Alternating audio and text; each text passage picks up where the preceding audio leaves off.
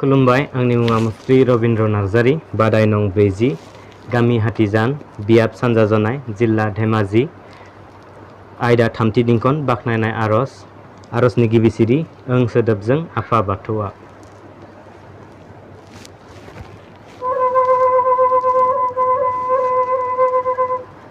ओं सोदोबजों आफा बाथौआ मुलुगखौ सोरजिबाय फारि फारि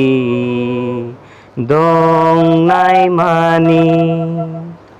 ओं सोदोबजों आफा बाथौआ मुलुगखौ सोरजिबाय फारि फारि दंनाय मानि बाथौनि खावसे गोहो लाना आफा शिबराया मुलुगखौ सैथोजों बेंनो फैबाय बाथौनि खावसे गोहो लाना आफा शिबराया मुलुगखौ सैथोजों बेंनो फैबाय ओं सोदोबजों आफा बाथौआ मुलुगखौ सोरजिबाय फारि फारि दंनाय मानि ओं सोदोबजों आफा बाथौआ मुलुगखौ सोरजिबाय फारि फारि दंनाय मानि मुलुग संसाराव गियान सोरां होनानै बाथौनि धोरोम आसारजों सुबुं माहारिखौ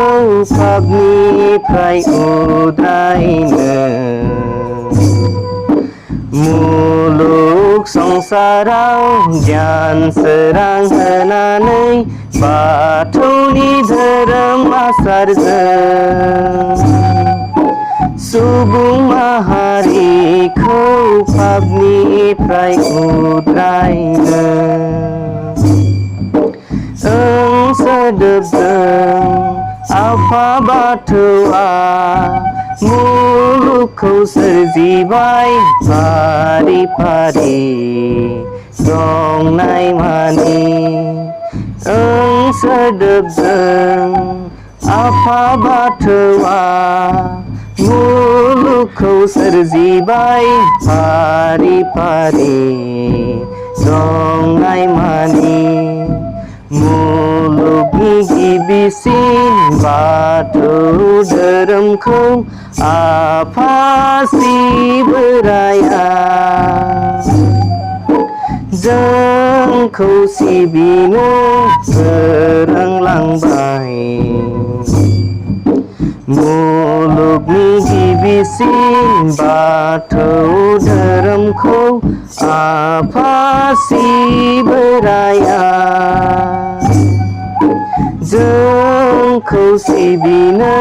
फोरोंलांबाय ओं सोदोबजों आफा बाथौआ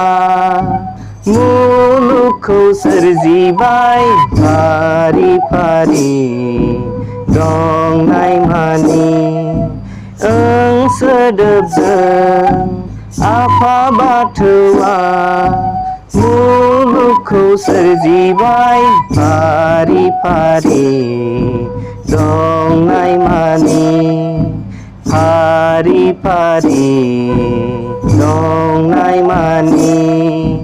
फारि फारि दंनाय मानि